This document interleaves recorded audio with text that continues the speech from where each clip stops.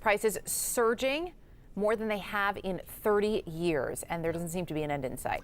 CNN reporter Matt Egan, he's live in Paramus, New Jersey this morning. Matt, the October inflation report just released.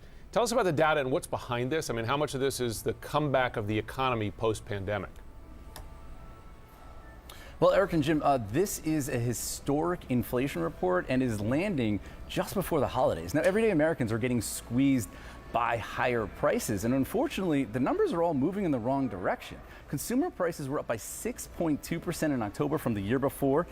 Not only is that an acceleration from the elevated levels during the summer, it is the highest gain in 1 month since November of 1990. Now, month over month, prices were up by 0.9%. That is more than double the rate in September.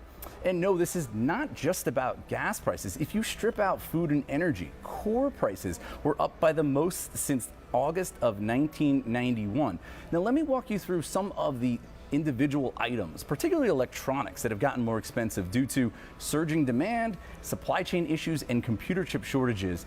Look at computers and smart home assistants up more than 8%, televisions up more than 10%, washers and dryers up nearly 15%. Now, some electronics have actually gotten cheaper. Smartphones in particular, they're 20% cheaper than a year ago. And I should emphasize that these are national prices, not necessarily what you would see in individual stores like the one I'm in right now in Best Buy. Best Buy says that for its perspective, inventories actually look pretty good. That's because they've been working with partners. They've actually been chartering their own ships to bring stuff from overseas. But I have been talking to some shoppers in the last few days, and they do sound kind of frustrated about higher prices. Here's what one of them told me.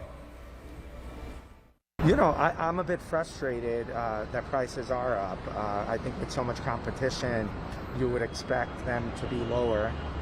So it's quite frustrating with all the money being funneled into free money into the economy, just causing inflation and everything. So, you know, with that comes higher pay raises for my employees and higher operating business expenses for my business. So it is quite frustrating, but, you know, it is what it is.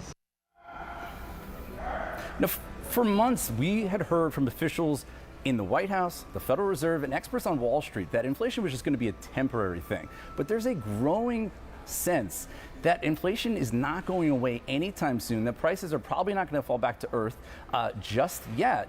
And Eric and Jim, you know, unfortunately, the latest numbers suggest that inflation may get worse before it gets better.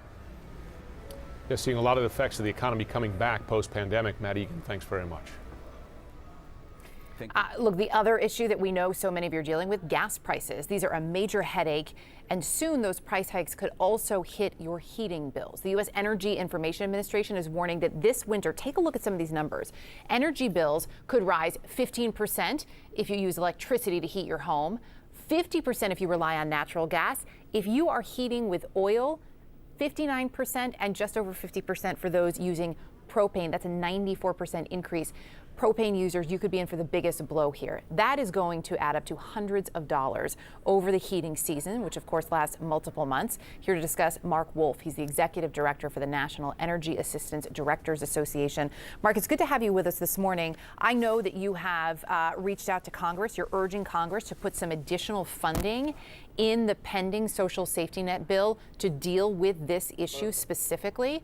What are you hearing from Congress? Well, it's a good question. There is a lot of interest. There's a lot of concern about these rising prices. You know, what you're just saying, if you put it in terms of dollars, so the average American now is spending between $300 to $500 more this winter to heat their home. That's on top of about $80 a month more to buy gasoline. So the combined effect this winter would be close to $1,000 more per family for gasoline and home heating. That's roughly what a family spends on Christmas presents. So that's one way to think about it. This is like Christmas. This is where people's money is going to go to buy gasoline and home heating. We've asked Congress to provide us with an additional $5 billion to help families pay their home heating bills this winter, primarily because the money they gave us last year, they gave us an additional $5.4 billion in the stimulus bills. Well, that's been reduced by these increasing prices. So the amount of product we can buy is down by 30%. So we're very worried about how we'll help families pay for home heating this winter, especially those that can't afford the cost of home energy. Right, and if there isn't anything additional there. So as you look at that, right, and I think in terms of, sort of visualizing for people, looking at what you would spend on Christmas gifts versus what you're going to pay additionally for heating is a great way to set it up. But the reality is for most families, this isn't a choice between, what you're putting under the tree and how you're heating your home. Those choices could be far more significant in terms of how you feed your family. Exactly. We've done lots of surveys, and when people can't pay their energy bill, they cut back on other essentials. They cut back on food, they cut back on medicine, on clothing for their children. And you have to remember that there really is a divide in our society. Some people can work from home now. They don't have to drive their car as much. Others, especially frontline workers, people who drive buses, people who work in schools, they have to buy gasoline. They have to get to work.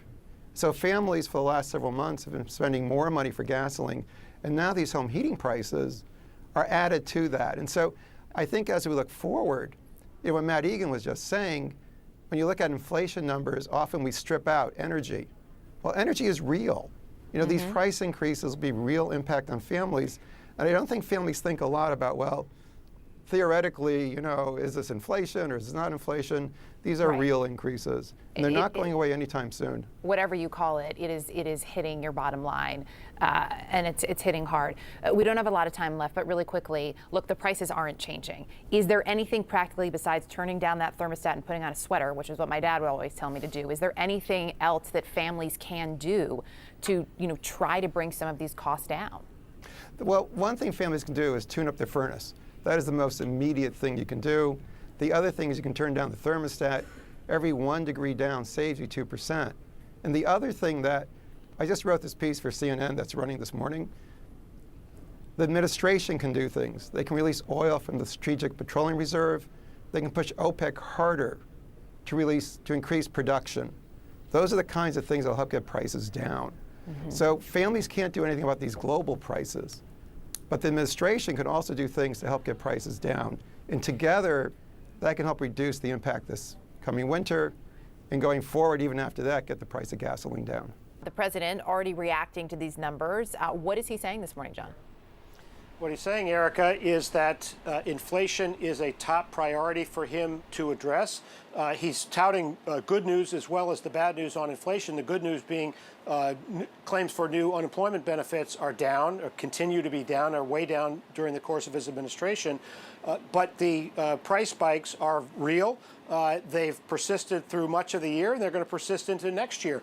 What he's trying to do with this trip to Baltimore is argue that both in the near term and the long term, he's working on this problem. Near term, the administration's got a supply chain disruption task force to try to smooth out some of those supply chain issues, which will help temper inflation. Longer term, the infrastructure bill that he's going to be touting in Baltimore is designed to expand the productive capacity of the U.S. economy, and that, along with the Build Back Better agenda, which he's trying to pass subsequently in this month or perhaps December, he also argues that it would increase the productive capacity of the country and reduce inflationary pressures over the long term. Now, one challenge he has is that even as he makes that argument about long-term decrease in inflationary pressures, one of the holdout senators who has been resisting the size of the Build Back Better plan, Joe Manchin, put out a tweet this morning saying inflation's getting worse. He has cited inflation as a reason to pare back the cost. That doesn't mean he's not going to support the bill, but it shows a challenge the administration has, both with the moderates in the House, who still haven't fully committed to the bill, and the moderates in the Senate, Kyrsten Sinema and Joe Manchin, try to get them on board and pass both parts of the president's economic agenda.